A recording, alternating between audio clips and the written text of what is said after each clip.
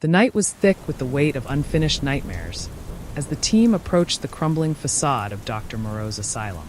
The air was stifling, charged with the memory of screams long silenced, yet still echoing in the minds of those who dared return. Captain Marcus Kane, leading the new team, felt the asylum's malevolence seeping into his bones.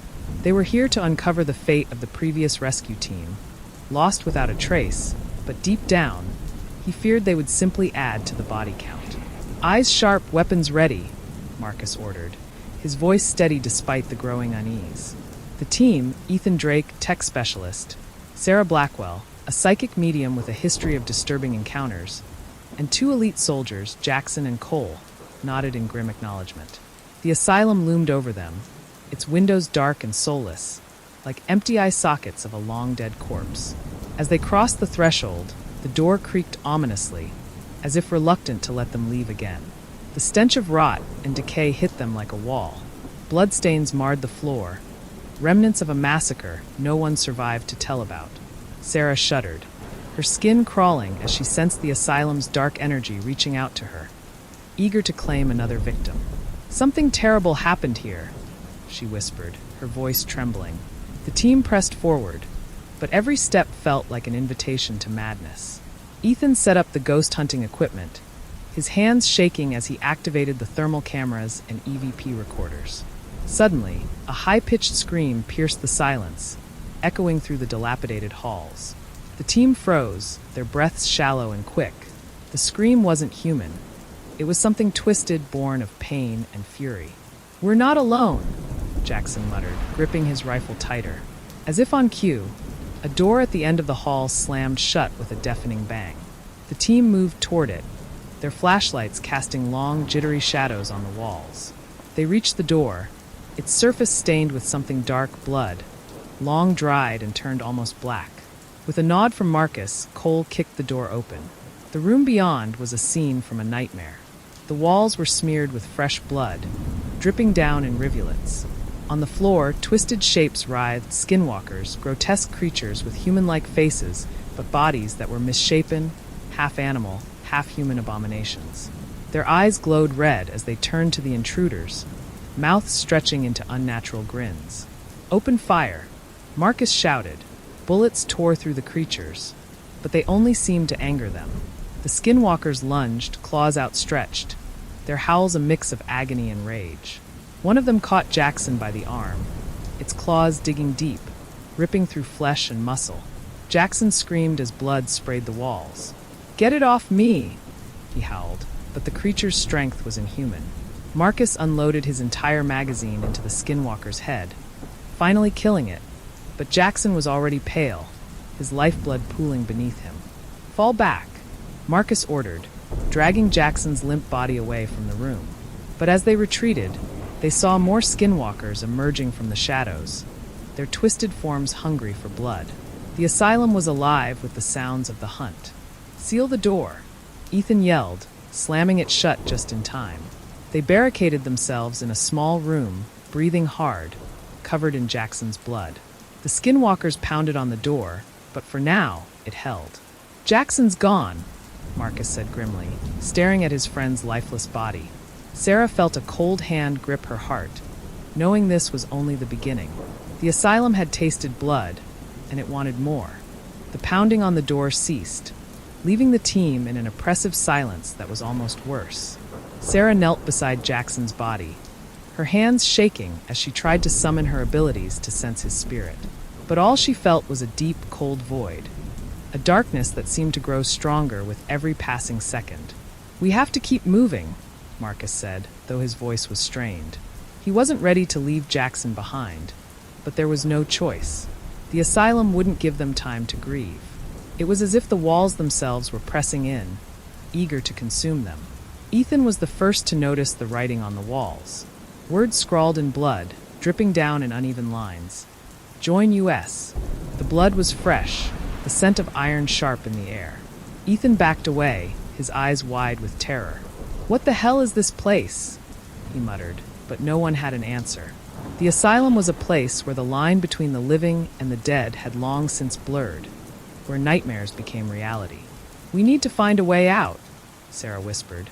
But even she knew it wasn't going to be that easy. The asylum had drawn them in for a reason, and it wasn't going to let them leave without a fight. Suddenly, the temperature dropped, frost creeping up the walls.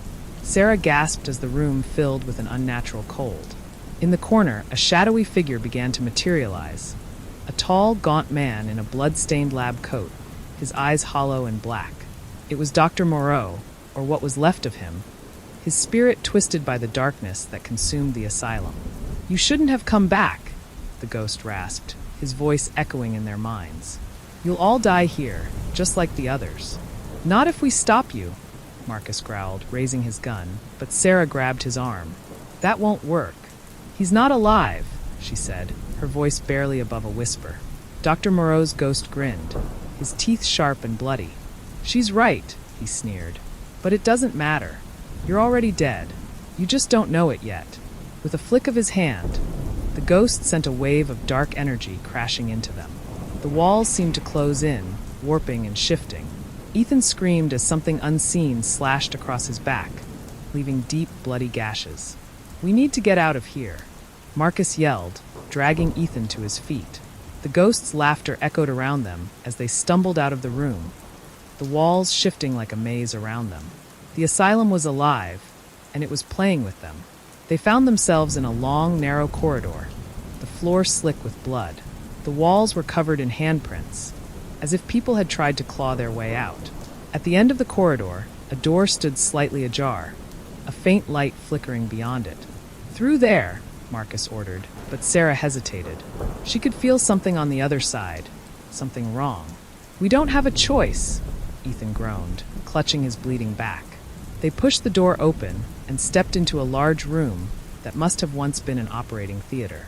Now it was a chamber of horrors. The operating table in the center of the room was covered in fresh blood, the floor littered with surgical tools and bones. A figure lay on the table, strapped down, its chest rising and falling rapidly. Marcus approached cautiously, his heart pounding in his chest. The figure's head turned towards him, eyes wide with terror. "Help me," the man rasped.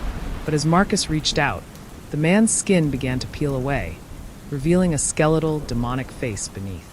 The creature lunged at Marcus, snapping its jaws, but he managed to pull back just in time.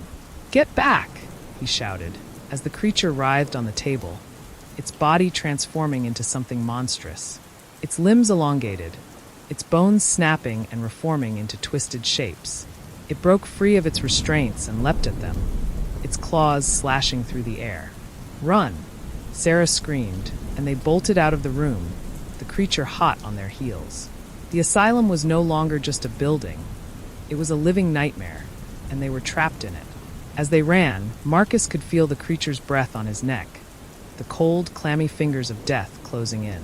They burst through a door at the end of the corridor, slamming it shut behind them, but they knew it wouldn't hold for long. "We need a plan," Marcus panted, his mind racing.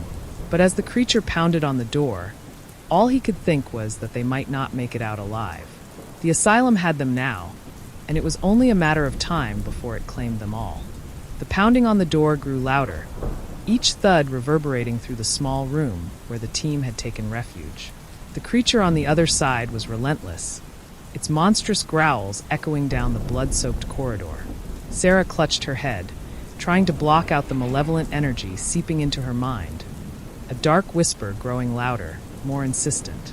"We can't stay here," Ethan gasped, his face pale from the deep wounds that dripped blood down his back. His breath was ragged, each inhale a struggle against the pain. "No kidding," Marcus growled, eyes scanning the room for another way out. The walls around them seemed to pulse, as if the asylum itself was alive, its walls like the ribs of a monstrous beast. Then, in the corner, Sarah noticed something, a dark outline on the floor, the faintest trace of a trapdoor hidden beneath years of grime and dried blood. She rushed over, prying it open with trembling hands. Beneath, a steep set of stairs descended into a pitch-black void. "Down here," Sarah hissed. They wasted no time.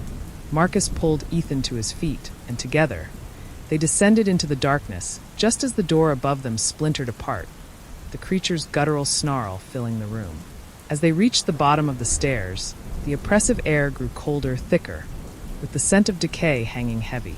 The flickering light from Ethan's flashlight revealed an old, decrepit morgue, long forgotten beneath the asylum's foundations. Steel drawers lined the walls, their surfaces rusted and covered in dark, sticky substances. Some were ajar, the contents within hinting at horrors best left undisturbed. Suddenly, the air grew colder still, their breaths visible in the icy atmosphere. A low, guttural moan echoed through the room. Sarah felt the hairs on her neck rise as a dark shape began to form in the corner of the room. A shadow man, its hollow eyes fixed on them. "Stay together," Marcus whispered, though his voice betrayed his fear. The shadow man moved closer, its form flickering as if made from smoke and nightmares. Ethan raised his flashlight, but the beam passed through the figure, barely illuminating it. Then, without warning, the shadow man lunged. Its hands, if they could be called that, wrapped around Ethan's neck, lifting him off the ground with terrifying strength. Ethan gasped, his face contorting in pain as the life was choked from him. "Get off him!" Marcus roared, pulling his knife and slashing at the shadow man, but his blade passed through the figure harmlessly. Sarah, desperate, reached out with her mind, trying to disrupt the entity's hold. The effort nearly overwhelmed her as dark whispers filled her head, ancient and cruel. But it was enough. The shadow man released Ethan, dropping him to the ground with a sickening thud. The creature hissed, its form flickering wildly before it dissipated into the shadows. Ethan lay motionless, his breath shallow.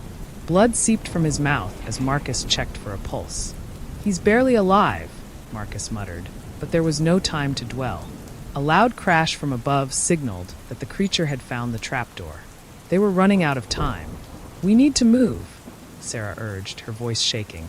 They carried Ethan's limp body deeper into the morgue, the sound of the creature's claws scraping against the metal stairway sending chills down their spines. As they turned a corner, Sarah's flashlight flickered, revealing another horror. The walls ahead were covered in faces, human faces twisted in agony, embedded into the stone like a grotesque tapestry. Their mouths moved, silently screaming, their eyes following the group's every move. "We're not going to make it," Ethan rasped, blood trickling from the corners of his mouth. "Yes, we will," Marcus said, though even he wasn't sure if he believed it. But the asylum had other plans. As they rounded the final corner, they found themselves in a dead-end room. No windows, no doors. Just a room filled with cold metal slabs and surgical tools that glinted menacingly in the dim light. The creature's growls grew louder, closer. They were trapped. Marcus, his breath quickening, looked at Sarah. "There's no way out." And then, with a resounding crash, the creature burst through the wall. The beast that had hunted them now stood fully revealed in the faint, flickering light. A towering monstrosity with the twisted features of a man and a beast, its eyes burning like embers from hell. Its body was a grotesque amalgamation of muscle, sinew, and bone, covered in patches of human skin that seemed to have been crudely stitched together. Marcus knew that facing the creature was suicide, but there was no escape. He grabbed a scalpel from the nearest tray, though the tiny blade seemed like a joke against the hulking beast before them. With a guttural roar, the creature lunged, swiping at Marcus with claws that glinted wickedly in the dim light. He barely managed to dodge, feeling the rush of air as the claws tore through the space where his head had been a split second before. But there was no reprieve. The creature was on him again, slashing at him, forcing him to retreat further into the room. Sarah was frozen in terror, her mind reeling as she tried to summon some kind of psychic defense. But the creature's presence was overwhelming, smothering her abilities under a weight of pure, primal fear. Ethan, barely conscious, could do nothing but watch as Marcus fought a losing battle. The creature was toying with him, batting him around like a cat with a mouse. Each time Marcus tried to strike back, the creature simply batted his weapon away, laughing in a deep, rumbling voice that shook the very walls. Finally, the creature grew tired of the game. With a single powerful swipe, it knocked Marcus across the room, slamming him into the wall. Marcus felt his ribs crack under the impact, pain exploding through his body. He collapsed to the floor, gasping for breath. The creature loomed over him, its mouth splitting into a wide, wicked grin that revealed rows of sharp, blood-stained teeth. It raised its claws, ready to deliver the killing blow. But just as it was about to strike, the lights flickered, and the creature hesitated. The room grew colder, the air thick with a sense of impending doom. The creature's grin faltered, replaced by a snarl of confusion. From the shadows, a new figure emerged, a ghostly apparition, its face twisted in rage and pain. It was the spirit of one of the asylum's many victims, drawn to the scene by the bloodshed. The ghost let out an ear-piercing wail, and the creature recoiled, hissing in anger. Seizing the moment, Sarah managed to channel her fear into a surge of psychic energy, lashing out at the creature's mind. It howled in pain, clutching its head as the psychic assault tore through its consciousness. The ghostly figure joined the attack, its ethereal hands clawing at the creature, dragging it back into the shadows. "Now, Marcus!" Sarah screamed, but Marcus was too weak to move. It took everything he had just to stay conscious. Summoning the last of his strength, Marcus crawled towards the exit, pulling Ethan along with him. Sarah followed, her mind barely holding the creature at bay as the ghost continued its relentless assault. They stumbled into the corridor, the sounds of the battle echoing behind them. But the asylum wasn't done with them yet. As they limped forward, the walls began to close in, the ceiling lowering as if the building itself was trying to crush them. They could hear the distant sound of more creatures, their howls growing closer, drawn by the scent of blood and fear. "Move. We have to keep moving," Marcus urged, though every step sent waves of pain through his broken body. But it was too late. The asylum's traps had been set, and they were walking straight into the jaws of death. The corridor ended abruptly in a massive iron door, its surface etched with symbols that seemed to writhe and twist under their gaze. There was no way to open it from this side, and the sound of the creatures behind them grew louder, the scraping of claws on stone filling the air. "We're trapped," Sarah whispered, her voice trembling with fear. The door remained unmoving, the symbols glowing faintly as if mocking their plight. And then, with a deafening roar, the creatures broke through. The screech of metal against metal echoed through the narrow corridor as the iron door slowly opened, revealing a staircase spiraling downward into the depths of the asylum. The air that wafted up was thick with the stench of decay and blood, a scent so overpowering that it made Sarah gag. Marcus, clutching his side where the creature had slashed him, glanced at the others, his face pale and slick with sweat. "Down there, it's worse," he muttered, his voice shaking. "But we have no choice." The stairway led them to a cavernous room bathed in an eerie red light. The source of the illumination was unclear, but it cast a sinister glow on everything it touched, making the blood splattered across the walls appear black. At the center of the room stood a massive stone altar, stained with the dried blood of countless victims. Chains and shackles hung from the ceiling, some still holding the skeletal remains of those who had been tortured and left to rot. A low humming sound filled the air, and as they approached the altar, they saw the cause, a massive mirror, taller than any of them, its surface rippling as if it were a pool of black water. Faces appeared within the mirror, twisted in agony, their eyes pleading for release. Sarah felt a cold shiver run down her spine as one of the faces, a woman's with hollow eyes and bloodied lips, turned to look directly at her. "Don't look at it," Marcus warned, but it was too late. The mirror began to pulse, the humming growing louder, filling their ears with a droning noise that made their heads pound.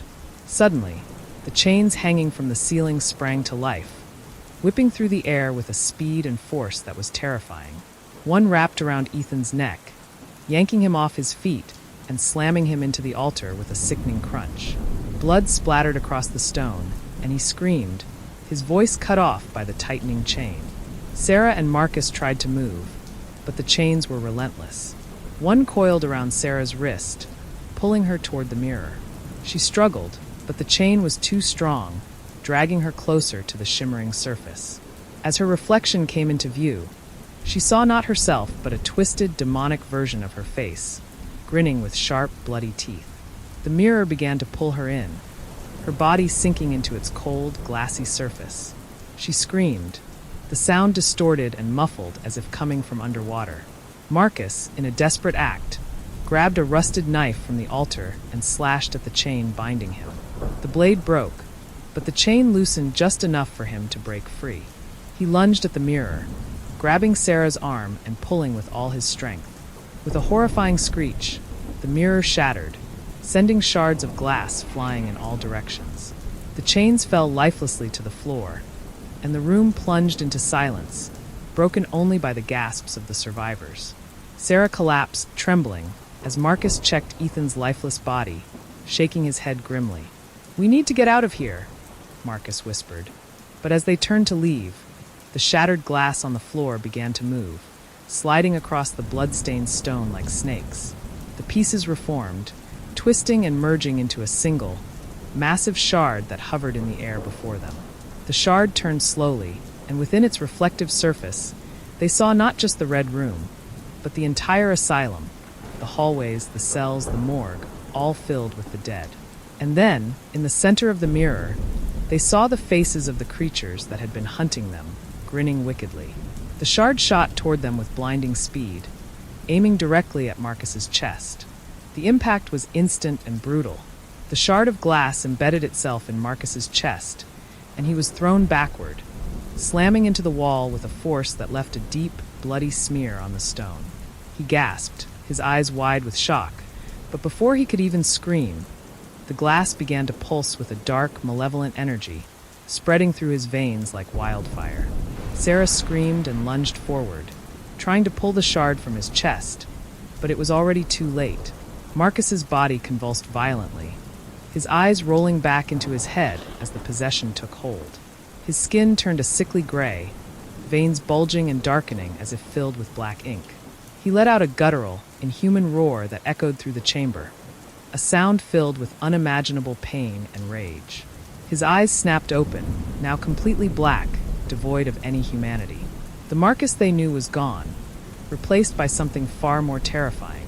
Sarah stumbled back, horror-stricken as Marcus rose to his feet, his movements jerky and unnatural, his head tilted to one side, a twisted grin spreading across his face as he looked at her with a gaze that promised nothing but death. "You can't escape."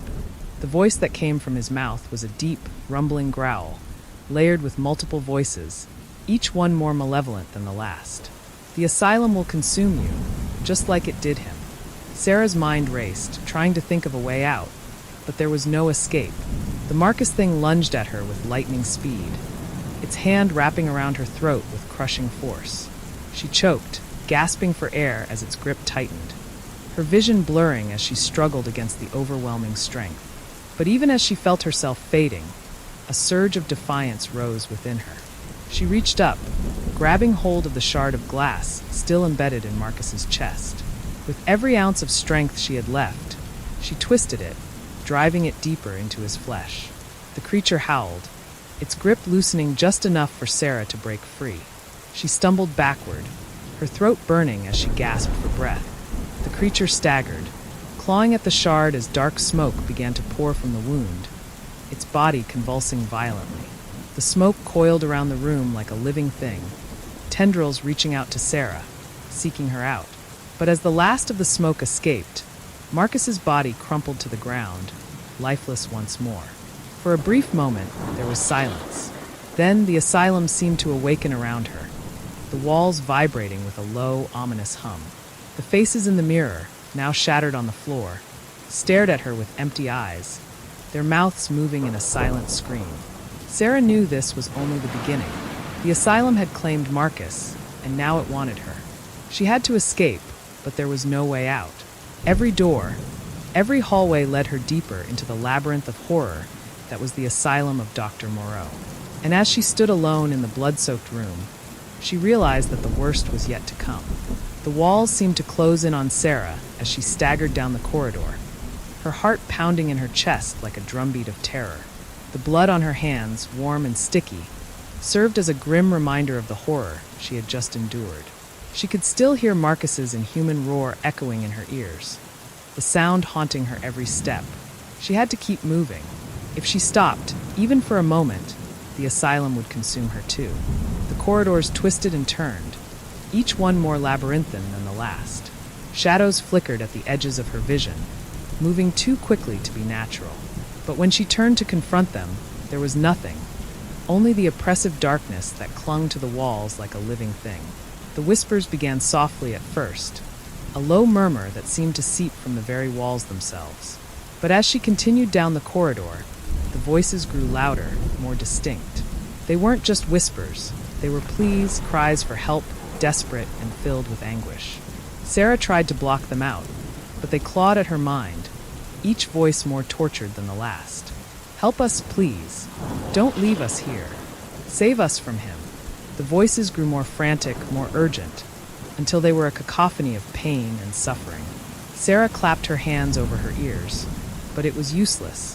The voices were inside her head, burrowing deep into her brain like parasites. She stumbled into a large circular room, the Hall of Whispers. The walls were lined with rows upon rows of glass jars, each one containing a shriveled, decaying heart. The source of the voices was clear now. Each heart was still beating, pulsating weakly within its glass prison. As she moved closer, the whispering intensified, the voices merging into a single, agonized wail. Sarah's breath caught in her throat as she saw what lay at the center of the room. A massive, ancient chair, covered in bloodstains so old they had turned black.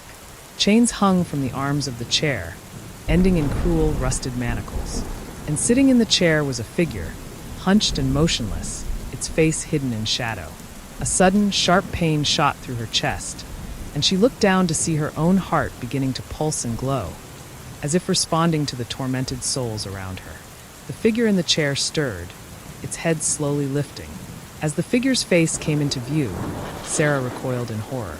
It was Marcus, but not the Marcus she knew. His eyes were hollow, lifeless, and his skin had taken on a corpse-like pallor. His mouth opened, but the voice that emerged was not his own. It was a chorus of voices, each one dripping with malice. "Join us, Sarah," the voices said, rising and falling like a tide of darkness. "Become one of us." Sarah felt her heart convulse, a stabbing pain that nearly drove her to her knees. She could feel the pull of the chair, the cold, metallic taste of death filling her mouth. But she couldn't give in, not yet. She reached out, grabbing one of the jars and smashing it against the floor. The heart within burst into flames, the whispers turning into screams of rage. One by one, she smashed the jars, the flames growing higher and higher until the entire room was ablaze with ghostly fire. The figure in the chair let out a blood-curdling scream, its form writhing and twisting in the flames. The chains rattled violently, as if the souls within the room were trying to break free. But Sarah didn't stay to watch. She turned and ran, the flames chasing her down the corridor as the asylum roared in fury behind her. The fire roared behind her, the heat singeing the back of her neck as Sarah fled down the corridor. The walls were now alive with shadows, writhing and twisting like a mass of snakes, their whispers replaced by a low, guttural growl that vibrated through the air. The asylum was angry, and it was coming for her. She rounded a corner and found herself facing a grand staircase, spiraling downward into darkness. The Devil's Staircase. She'd heard Marcus speak of it before. A place where the worst of the asylum's evil resided, a descent into the very bowels of hell itself. But she had no choice. The fire was closing in, and the growl was getting louder, more insistent. The first step creaked under her weight, the sound echoing through the staircase like a death knell. She gripped the banister, slick with some unknown substance, and began to descend. Each step felt like a mile, the darkness below growing thicker, more oppressive. The air was cold, but it wasn't the kind of cold that chilled the skin. It was a cold that seeped into the bones, freezing her from the inside out. Halfway down, she noticed something strange about the steps. They were stained dark, almost black, with a sticky, congealed substance. Blood. And not just any blood. It was fresh, still warm to the touch. The realization sent a shiver down her spine. But she kept moving, her hand gripping the banister so tightly her knuckles turned white. The growl followed her, reverberating off the walls, growing louder with each step she took. It was no longer just a sound. It was a presence, a malevolent force that seemed to grow stronger the further she descended. She could feel it behind her, breathing down her neck, its breath hot and foul. Suddenly, The stairs gave way beneath her, and she plunged into the darkness below, tumbling down a steep incline. She landed hard on the cold stone floor, the impact jarring her bones and knocking the wind out of her. Pain shot through her leg, and she cried out, clutching her ankle. But there was no time to wallow in pain. The growl was right on top of her now, and the shadows were closing in. She scrambled to her feet, limping as fast as she could down the narrow corridor that stretched out before her. The walls were lined with iron doors, each one marked with a number and smeared with blood. As she passed, the doors began to rattle violently, the sound echoing through the corridor like the thunderous beat of 1,000 drums. Then one of the doors burst open, and something lunged at her from the darkness. A mass of claws and teeth, eyes glowing with a malevolent hunger. She barely had time to react, ducking just as the creature swiped at her, its claws raking through the air where her head had been moments before. She could hear the others now, their growls and hisses filling the corridor as they emerged from their cells. These were no ordinary ghosts. These were the things that had been twisted and broken by the asylum's horrors, creatures born of nightmares and fed on the pain and suffering of the damned. Blood dripped from their mouths, their claws wet with the remains of those who had come before her. Sarah limped faster, her heart pounding in her chest as she saw the exit up ahead, a massive iron door slightly ajar. But the creatures were closing in, their growls turning into a deafening roar. She reached the door and threw herself against it, pushing with all her might. The door groaned under the pressure, but it didn't budge. Behind her, the creatures were almost upon her, their breath hot and rancid on the back of her neck. In a final desperate act, she threw her shoulder into the door, using every ounce of strength she had left. The door flew open, and she tumbled through, slamming it shut just as the first creature reached her. She could hear them on the other side, pounding and scratching at the door, their roars of frustration echoing through the corridor. But for now, she was safe, or so she thought. Sarah slumped against the iron door, gasping for breath. Her body screamed with pain, and her mind raced with the terror she had just escaped. But there was no time to rest. The asylum was alive with malevolent energy, pulsing like a heartbeat in the very walls. She could feel it, pushing her forward, urging her deeper into its bowels. The corridor before her was dark and narrow, illuminated only by a faint, sickly green light that seemed to ooze from the cracks in the walls.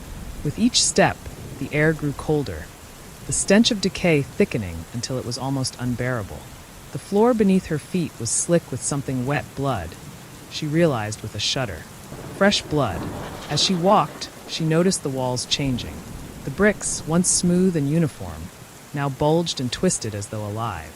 Faces began to emerge, contorted in agony, their mouths open in silent screams.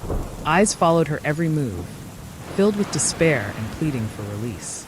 It was as if the very souls of the damned were trapped within the walls, forever tortured and tormented. Finally, she reached a massive wooden door, its surface carved with symbols that pulsed with dark energy. The Room of Sorrow.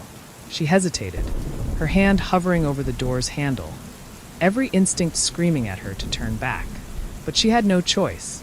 She had come this far, and there was no turning back now. With a deep breath, she pushed the door open and stepped inside. The room was vast and dimly lit, the air thick with a tangible sense of despair. In the center of the room stood a large stone altar, stained with blood. Chains hung from the ceiling, each one ending in a rusted shackle. The walls were covered in ancient, faded tapestries depicting scenes of torture and sacrifice, the images so graphic that Sarah had to look away. But what truly made her blood run cold was the figure standing at the altar. It was Dr. Moreau, or what remained of him. His once human form had been twisted and corrupted beyond recognition. His skin was stretched tight over his skeletal frame, his eyes hollow and glowing with an unnatural light. His hands, long and bony, were stained with fresh blood, and in them he held a scalpel, its blade dripping with crimson. He turned to face her, a twisted smile spreading across his decayed face. "Welcome, Sarah," he rasped, his voice like nails on a chalkboard. "I've been expecting you." She backed away, her heart pounding in her chest. But as she did, she felt something cold wrap around her ankle. She looked down to see a chain, slithering like a snake, tightening its grip and pulling her toward the altar. "No!" she screamed, struggling against the chain's grip. But it was no use. The chain was too strong, and it dragged her closer and closer to the altar, to Dr. Moreau. He watched her struggle, his smile widening. "You cannot escape your fate, Sarah," he said, raising the scalpel. "Just like the others, you too will become a part of my collection." She fought with everything she had, but it was no use. The chain lifted her onto the altar, the cold stone biting into her back.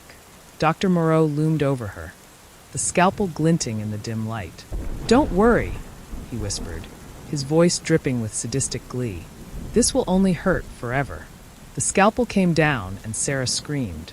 The scream echoed through the asylum, reverberating off the walls and shaking the very foundation of the building. But Sarah was no longer on the altar. She had been flung into a dark abyss, falling through the void, her mind teetering on the edge of madness. The darkness swallowed her whole, and for a moment she thought she was dead. But then she hit the ground hard, the impact knocking the breath out of her lungs. Pain shot through her body, but she was alive. Somehow she had survived. She slowly got to her feet, her body trembling with exhaustion and terror. The darkness around her was absolute, suffocating in its intensity. But she could feel something watching her, something ancient and malevolent. It was as if the asylum itself had come alive, its malevolence concentrated in this one final hellish chamber. Suddenly, a dim light flickered to life, illuminating a narrow path leading downwards. The light was faint, barely enough to see by, but it was her only way forward. She had no choice but to follow it. As she descended, the temperature plummeted, and she could see her breath misting in the air. The walls around her were covered in strange, glowing symbols, pulsing with an eerie, otherworldly light. The whispers started again, louder this time, more insistent. They seemed to be coming from everywhere and nowhere at once, filling her mind with a cacophony of voices. She reached the bottom of the path and found herself in a vast, cavernous room. At the center of the room stood a massive mirror, its surface black as pitch and shimmering with a sickly, iridescent light. The mirror was surrounded by hundreds of bodies, twisted and broken, their faces frozen in expressions of unimaginable terror. But what truly horrified Sarah was the reflection in the mirror. It wasn't her own. The mirror showed a dark, twisted version of herself, her eyes hollow and black, her mouth twisted into a cruel smile. The reflection reached out, and as it did, the mirror began to ripple, the surface warping and distorting as if it were made of liquid. The ground beneath her feet began to shake, and the bodies around her started to twitch and convulse. She could feel the darkness closing in, the malevolent force growing stronger, feeding off her fear. The mirror suddenly exploded outward, shards of glass flying in all directions. Sarah threw herself to the ground, covering her head as the glass rained down around her. When she looked up, the room was filled with shadowy figures, their eyes glowing with an unnatural light. They moved toward her, their movements slow and deliberate, like predators stalking their prey. She scrambled to her feet, backing away, but there was nowhere to go. The shadows closed in, their hands reaching out, fingers elongated into sharp, jagged claws. Just as they were about to reach her, a blinding light filled the room, and the shadows shrieked in pain, recoiling from the light. Sarah shielded her eyes, and when she looked again, the shadows were gone, the room empty. But the light didn't fade. It grew brighter and brighter until it engulfed her completely. She felt herself being lifted, pulled out of the darkness and into the light. The last thing she heard before the light consumed her was Dr. Moreau's voice, whispering in her ear. "You may have escaped, but you'll never be free." And then there was nothing but the light.